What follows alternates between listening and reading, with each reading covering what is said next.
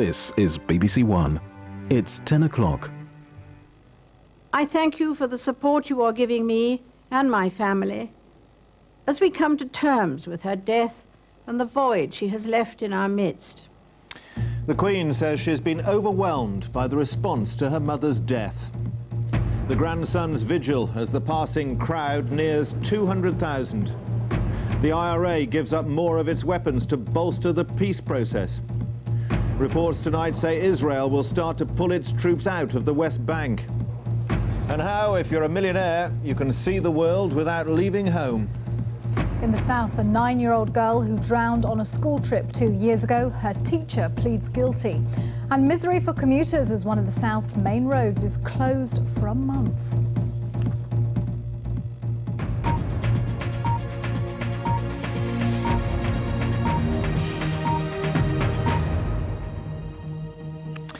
Good evening. The Queen went on television tonight to say she's been overwhelmed by the tributes paid to her mother by such huge numbers of people. At times, again today, they were queuing for 6 hours or more to file past her coffin. She said she'd been deeply moved by what she called the outpouring of affection, but she hoped that at tomorrow's funeral, sadness would be mixed with thanksgiving. The Queen was speaking at Windsor. Ever since my beloved mother died over a week ago, I have been deeply moved by the outpouring of affection which has accompanied her death. My family and I always knew what she meant for the people of this country, and the special place she occupied in the hearts of so many here, in the Commonwealth, and in other parts of the world. But the extent of the tribute that huge numbers of you have paid my mother in the last few days has been overwhelming. I have drawn great comfort from so many individual acts of kindness and respect. Over the years, I have met many people who have had to cope with family loss, sometimes in the most tragic of circumstances. So I count myself fortunate that my mother was blessed with a long and happy life. She had an infectious zest for living, and this remained with her until the very end. I know, too, that her faith was always a great strength to her. At the ceremony tomorrow, I hope that sadness will blend with a wider sense of thanksgiving, not just for her life, but for the times in which she lived. A century for this country and the Commonwealth, not without its trials and sorrows, but also one of extraordinary progress, full of examples of courage and service, as well as fun and laughter. This is what my mother would have understood, because it was the warmth and affection of people everywhere which inspired her resolve, dedication, and enthusiasm for life. I thank you for the support you are giving me and my family as we come to terms with her death and the void she has left in our midst. I thank you also from my heart for the love you gave her during her life and the honor you now give her in death. May God bless you all. The Queen Mother's 4 grandsons have finished their own vigil for her at Westminster Hall. The Prince of Wales, the Duke of York, the Earl of Wessex and Viscount Lindley stood silently by the Queen Mother's coffin for 20 minutes, while members of the public continued to file past. It was their personal tribute to their grandmother. In the medieval setting of Westminster Hall, on this, the eve of her funeral, her 4 grandsons prepared to mount a vigil beside her coffin. Prince Charles and the Duke of York wore their naval uniforms. The Earl of Wessex and Viscount Lindley were in mourning dress. But it was with military precision that they took up their positions, replacing the company of archers who had been standing guard before them. Watching, William and Harry, there to support their father. The Princess Royal and the Countess of Wessex were there as well. At each corner of her coffin, they stood, heads bowed, in silent vigil, as members of the public looked on. It was a scene reminiscent of the night 66 years ago, when the 4 sons of George V stood vigil around his coffin. Now the old king's great-grandchildren were doing the same for their grandmother. For the public who found themselves filing by during this rare piece of royal ceremonial, it was a curious experience. For Prince Charles, it was a moment of pride, mixed with the immense sadness of his loss. As the vigil ended, William, Harry, and the other royal spectators joined the public for a time. Like them, they seemed struck by a spectacle not seen here for so many decades. Significantly, Camilla Parker Bowles was invited to watch the vigil by Prince Charles, though she did so away from the cameras. She'll also be at the funeral tomorrow. As the princes and Lord Linley left, the crowds outside applauded. Everybody was really just standing stunned by the solemnity, I think. It was a very beautiful occasion. Prince Charles was, I think, holding back the tears, don't you? Definitely. For those who missed the vigil, there was some consolation when the Princess Royal and her family took time out to thank the crowds queuing for the lying in state. They went to the far side of the river, where people were facing a wait of several hours. So far, about 2¼ hours. It was a gesture calculated to reinforce the Queen's words of thanks for the honour being given to her mother in death. Jenny Bond, BBC News. 160,000 people have already paid their respects to the Queen Mother as she lies in state. Thousands are standing patiently in the chilly evening air this evening, waiting their turn. Westminster Hall will finally close its doors at 6 o'clock tomorrow morning. This evening, the lines remain. Thousands of people stretching back across the river to the Southwark Bridge. By 6 o'clock tomorrow morning, over 200,000 will have filed past the Queen Mother's coffin. Among these crowds, we've discovered many reasons for being here, but one stands out, and that is identity. For with many of these people, their sense of what it means to be British is linked to occasions like this. Since early morning, crowds had been bunched on the steps of Westminster Hall. Just occasionally, there was grief, but that hasn't been the general mood. Many, like Lois Greenough, are convinced royalists. She had filed past the coffin twice already, but was in line again with her grandson. We are British, and we're very royal people. We believe in the royalty. I think that's the thing. For others, this was about parading loyalty to the monarchy. We've seen people turn out, and we've seen the monarchy lives. And that's what we wanted to see. Is that important for you? Yes, and why definitely. Why is that important to you? I don't think Britain would be the same without the monarchy. Among the crowds flowing over Lambeth Bridge today, there were more women than men, more from an older generation. But the crowds defied easy definition. This family were Kenyans, hoping to become British. It's good to be here, to feel part and parcel of the heritage, the country, and feel honoured, really. Some even saw in the long line something peculiarly British. The British sort of nature comes out, doesn't it, when you've got crowds like this. Somehow you all start getting to know each other, which we don't normally do. But others came, fearing the old, more deferential world was slipping away.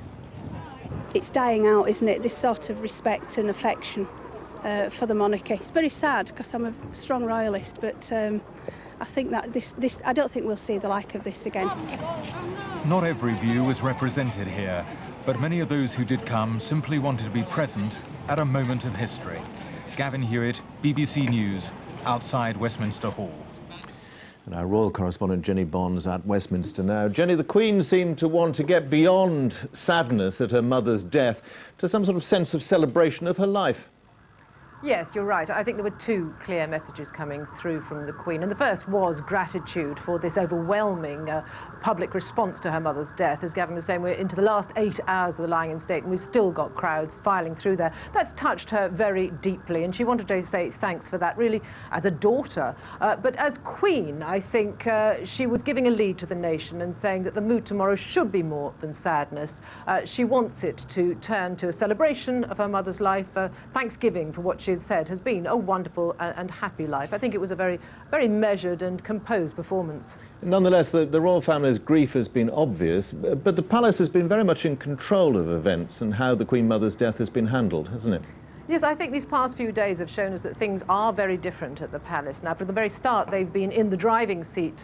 We had Prince Charles's tribute to his grandmother on the first day, a very emotional tribute. Every day after that, we've had members of the royal family coming out amongst the crowds, thanking the people who are queuing, culminating tonight in the message from the Queen. It doesn't mean that any of these appearances or statements are any less sincere. I think it does mean that the strategists at the palace are getting things right in the way they haven't always in the past.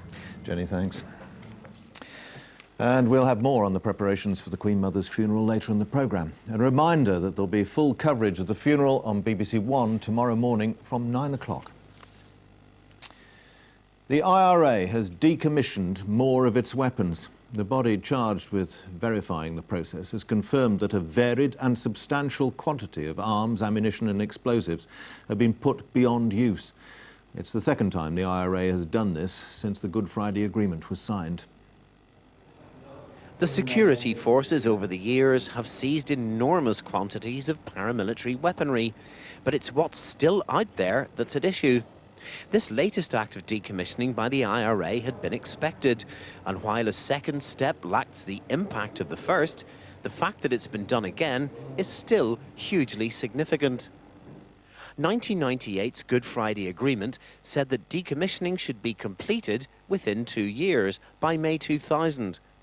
But it was August last year before the IRA agreed what was called a scheme for putting weapons beyond use with the international decommissioning body.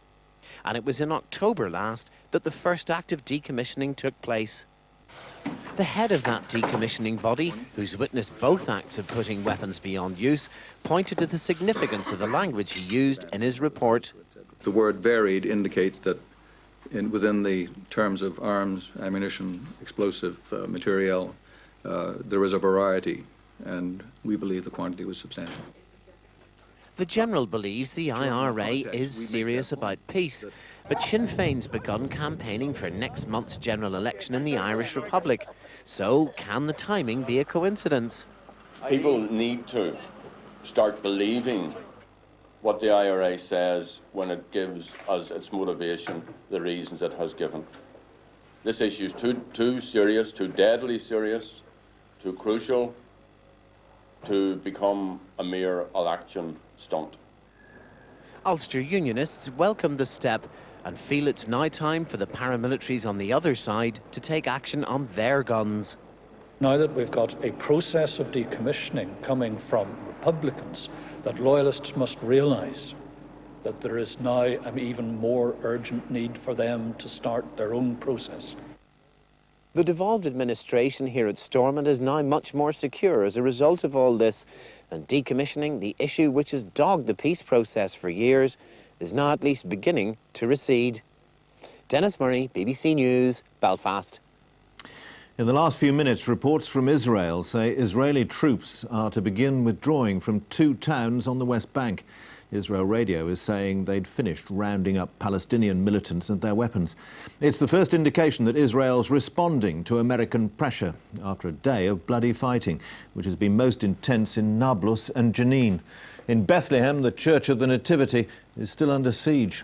Our World Affairs editor John Simpson is there. First light in Bethlehem, one of the holiest places of Christendom. Part of the Church of the Nativity is still burning. Inside is an unknown number of Palestinians whom the Israelis are hunting. Besieged in there with them under fire are around 30 priests and nuns. Outside, the Israelis even search the Palestinian firemen before they let them go through. Israel certainly isn't fighting a battle for the hearts and minds of the world here. But they believe the tactics are justified. They insist they're fighting to protect the lives of their own citizens. Up in the Palestinian town of Nablus, Israeli troops now control almost half of the center. The voice from the armored personnel carrier calls on the Palestinians holed up in the town to surrender. The Israeli Defense Force is much stronger than you, it says. Across the country, 1,500 Palestinians have been arrested, including, according to the Israelis, 70 or more who've been planning attacks on Israel itself. How many Palestinians have been killed in all this still isn't known. But here in Nablus, there were plenty. Dozens more were lying injured. Three of them are dead here. I think another 3 of my patients will die this night. The justification for this whole operation, as far as Israel's concerned, is that it stopped the terrible wave of suicide bombings completely. What isn't clear is whether they'll simply start up again when the operation ends. In the Knesset, Ariel Sharon insisted it would continue until the end, ignoring American pressure to withdraw. And despite the heckling from Israeli Arab members, he offered immediate, unconditional talks with moderate Arab leaders on the basis of the recent Saudi plan. Still, it didn't sound like a considered proposal for bringing the Palestinian uprising to an end. I went to see the former Labour Prime Minister, whom Mr. Sharon beat a year ago, Ehud Barak. He has a new, more radical proposal. I would launch a unilateral plan to set a fence that would be a security-dictated fence, including Israel and the major settlement blocks, but basically to reduce dramatically the easy access of suicide bombing attackers into Israel. Fences are going up anyway. Israelis now want separation from the Palestinians. Israeli public opinion is oddly contradictory. The polls show that 72% strongly support military action against the Palestinians, and yet 73% are in favor of giving the Palestinians an independent state, on condition, that is, that the violence ends. That's the obsession here. End the violence, no matter what it takes. John Simpson, BBC News, Jerusalem. John Simpson joins me now from Jerusalem. John, how significant are these reports that we're getting over the last, I don't know, quarter of an hour, that the Israelis are starting to withdraw from, well, 2 towns in the West Bank? Well, it is significant in that it's a start, and that's about all you can say. The 2 towns, Kalkilia and Tulkarm, have been the quietest, really. There's been the least action there that the Israelis have found during their entry into Palestinian cities and towns, and therefore they don't represent what, for instance, a withdrawal from Nablus, say, would, where we were seeing earlier those pictures. I mean, that's the kind of place that the Americans really want them to withdraw from. That's the kind of place which has been causing so much criticism around the world, and until they get to that point, then really they won't have got very much indeed. And while they're in those towns, there aren't the suicide bombings, and nobody knows quite what's going to happen afterwards. So it's a start, but not more than that. John, thanks. The Iraqi President Saddam Hussein has suspended oil exports for at least 30 days in protest at Israel's attacks on Palestinian areas. Saddam gave a defiant response to a warning from the United States and Britain that he could face renewed military action, saying Iraq would fight back with all possible means. A British man who was held captive by the Northern Alliance in Afghanistan for almost 4 years has returned home. Anwar Khan from Burnley was captured in 1998 on suspicion of being a Taliban fighter. He was freed following a long campaign by his family. The German media giant Kirch crumbled today after 2 of its companies filed for insolvency. The group, which is more than £4 billion in debt, owns the rights to broadcast World Cup football and Formula One racing. Its demise threatens to throw their finances into chaos. With the World Cup finals just weeks away, German football should be running into top form. Instead, it's in chaos after today's collapse of Kirch Media, which own the rights to televise German soccer. Starved of TV money, even the richest clubs face the threat of financial ruin. It's not a crisis of one team or one league. It's a crisis then of the whole professional football. It's this man, Leo Kirch, who built up Germany's biggest media empire, only to see it crushed by debts of more than £4 billion. Just like ITV Digital in Britain, he was dazzled by the potential for televised sport, but wildly overestimated the number of viewers who'd pay to watch it. Some of the world's most valuable TV sports rights are owned by the Kirk Empire. The rights to this year's World Cup and the 2006 competition are owned by Kirk, but not the bits that went bust today. They're safe for the time being. Formula One TV rights are owned by another Kirk company. These may have to be sold to raise cash for the rest of the crumbling empire. Then there's German football. This is the real disaster. The rights to Germany's league are caught up in today's insolvency, throwing all its clubs into chaos. All around the world, the story's the same. In the US, American football has cost broadcasters such as Fox a fortune. In Britain, it's lower league soccer that's done the damage to TV's profits.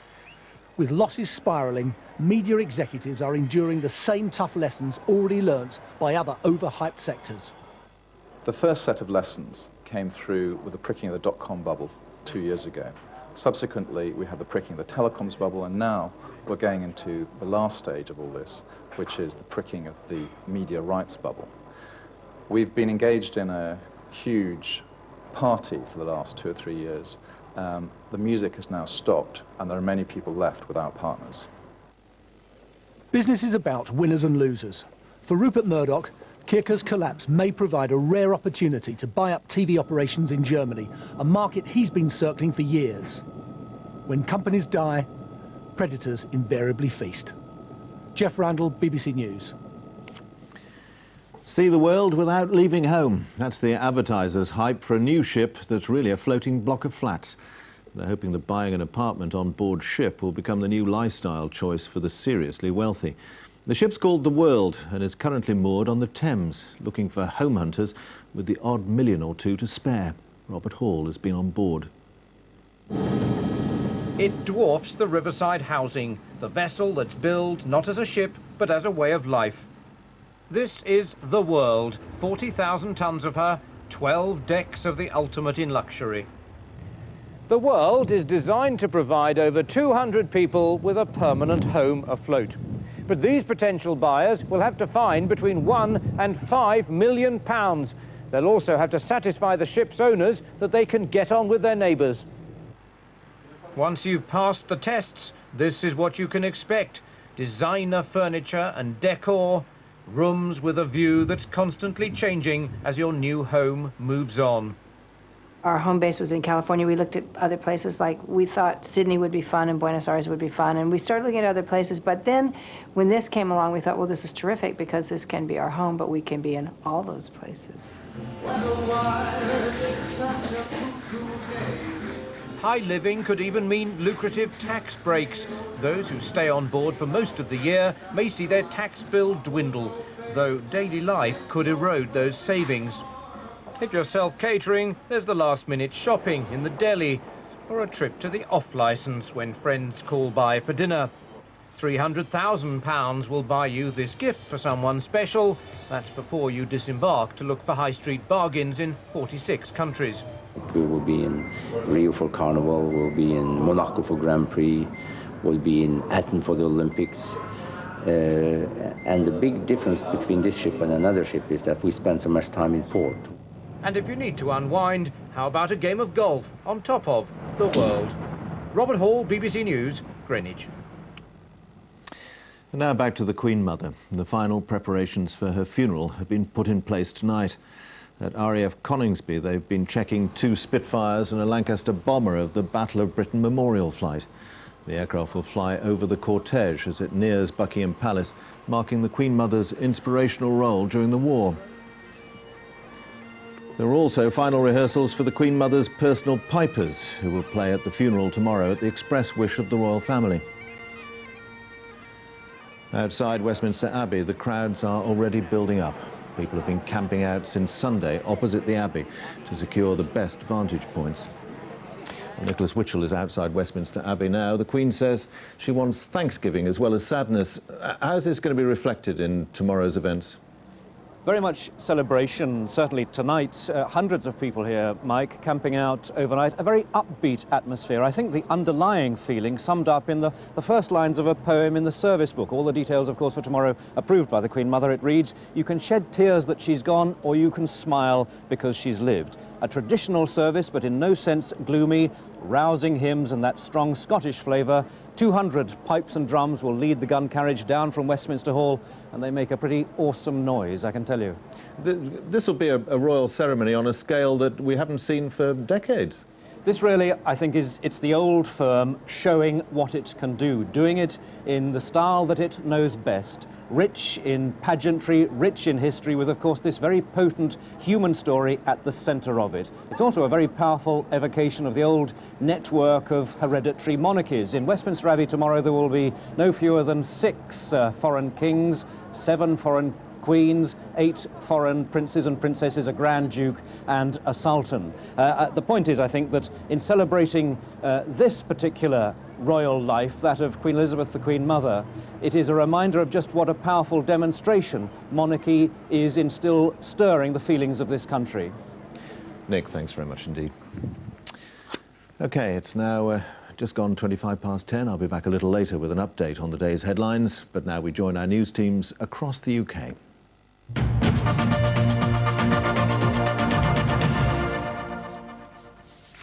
Good evening, I'm Heather McCarthy, and now the latest news here in the south.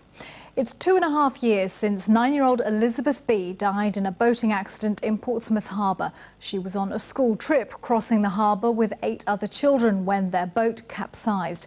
Today, the teacher who was responsible for them that day pleaded guilty to failing to ensure their safety. Caroline Richardson was in court. Elizabeth and her twin sister Victoria were learning to sail. They were still novices. The girls were pupils at Boundary Oak School in Fareham, and they were being taught by their teacher, Paul Dove, an experienced yachtsman. On September the 16th, 1999, Mr. Dove decided that it was too windy to sail in the harbour, so he took the group of 9 children out in this boat. After a while, water started to come on board. Unknown to him, water was also seeping into the void of the hull and soaking into the foam lining. This made the boat extremely unstable. The children were boisterous, and Mr. Dove failed to calm them down. The increased movement in the boat finally caused it to capsize. One of the children failed to resurface. It was Elizabeth. She'd become trapped beneath the hull and drowned. Elizabeth's mother, Leslie, was in court today, and she's delighted at the guilty plea. All I've ever asked for is for somebody to put their hands up and say, we're guilty, it was our fault and it will never happen again. And I think we've got that today. Mr. Dove pleaded guilty to a charge under the Health and Safety Act that he failed to look after people in his care. He admitted that the adult supervision on that day was inadequate, just 1 adult to 9 excitable children. He also admits that he should have taken a radio or a phone with him to call for help. He'll be sentenced next month at Portsmouth Crown Court. Caroline Richardson, BBC South Today at Portsmouth Magistrates Court. A teenage boy has denied murdering a 74-year-old widow at the sheltered home where she lived in Dorset. The youth, who cannot be named for legal reasons, is accused of stabbing Beatrice Wilson in a ferocious attack after breaking into her flat. Chris Connerbeer reports. Beatrice Wilson was found dead at her home in Poole in July 2000. She was described as a cheerful, elderly woman living on her own, but close to family and friends. Her body was discovered by her grandson and son-in-law, who went to investigate when she failed to answer the phone or the door. She was lying on the bed, dressed in daytime clothes. There was a considerable amount of blood in the room. The jury was told Mrs. Wilson had been stabbed with extreme force in the throat, the head and the chest. There were signs also that she had tried to defend herself. The prosecution alleges she was killed by the defendant, who was 15 at the time. The court was told how police searched his house and found a drawing he'd made. The drawing showed him and a friend dropping a knife down a drain. Later, the friend took police to the drain shown in the drawing. It was emptied, and inside they found the blade of a kitchen knife. A knife handle was discovered inside a metal box on waste ground nearby. The blade and handle fitted perfectly with a third part found in Mrs. Wilson's bedroom. The prosecution says the knife, like this one, had broken at the scene during the assault. The case continues. Chris Connerbeer for BBC South Today at Winchester Crown Court. A 36-year-old woman is still critically ill this evening after an accident where her husband and 5-year-old daughter died. They were all involved in a collision on the M27 on Friday. Claire Thomas was driving when her car veered into the path of an oncoming lorry. Her husband Michael and their daughter Louise died at the scene. The couple's 3-year-old son Daniel is in a critical condition in hospital. Louise's twin sister Sophie is said to be in a stable condition and is being treated for a fractured pelvis. 1,000 workers from Portsmouth Naval Dockyard are considering industrial action following the government's decision to privatise jobs there. Union officials met today and said the workforce felt bitter and betrayed. Up to 750 jobs will go at the country's 3 naval dockyards as a result of changes. Workers in Portsmouth want government guarantees there will be no compulsory redundancies. Now, one of the busiest roads in the south has been closed for repairs. A 1-mile-long section of the A36, the main route from Southampton to Salisbury, is going to remain shut for a month while the worn-out surface is replaced.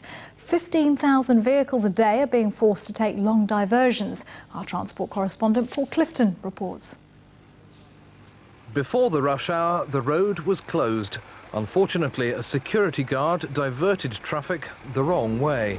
That took lorries in both directions through White Parish, where the door from the village shop opens straight onto the street. It's going to be a worry, old people getting out and getting across the road and that, and the children. I think it's quite a worry about it. It's not often you can walk in safety down the middle of the A36. It's pedestrian access here only now. Not good news for this car dealer here. How do you take a car for a test drive? And there are 2 pubs, a shop and a post office along here too. A local haulier reckons the closure will cost him £65,000. There's no compensation. I don't see a solution, unfortunately. The roads have to be repaired, which we all admit, but I think there must be an easier way. The road's worn out, but already the work has upset people living right beside it. They were only handed written warning of the closure 3 days ago. It's quite a narrow road, there are high volumes of traffic, and it's the only way that we can actually carry out the work that we need to do in a safe way. That is actually part of the New Forest Heritage Area, soon to be New Forest National Park. And they've just taken down the hedge? Just ripped it out. It's the first time such an important route has been closed entirely for roadworks. The widespread disruption will continue for a month. Paul Clifton at BBC South Today, West Wellow. Blue skies there in West Wellow, but is it going to last? Well, tonight, clear spells will make for a chilly night. Temperatures will dip to 1 Celsius, that's 34 degrees Fahrenheit. Tuesday, it will be cloudier than recent days, but there will be some bright spells. Top temperature, 13 Celsius.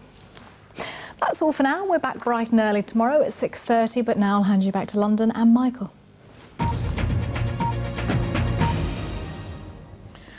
And the main news again tonight, the Queen went on television tonight to say she's been overwhelmed by the tributes paid to her mother.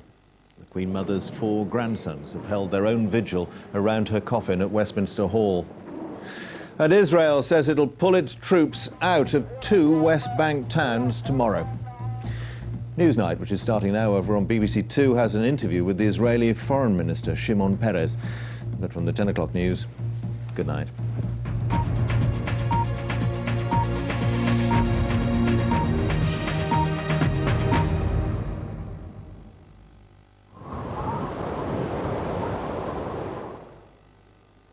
Good evening to you. The weather across the south of the country seems to have got itself stuck in a rut. We're going to keep that low pressure over the Mediterranean, high pressure relatively close by, and that means to say the winds will remain in the east or the northeast, quite chilly direction that is. Further north there will be a little bit of a change around the middle of the week, as what you didn't see was a front that will come across.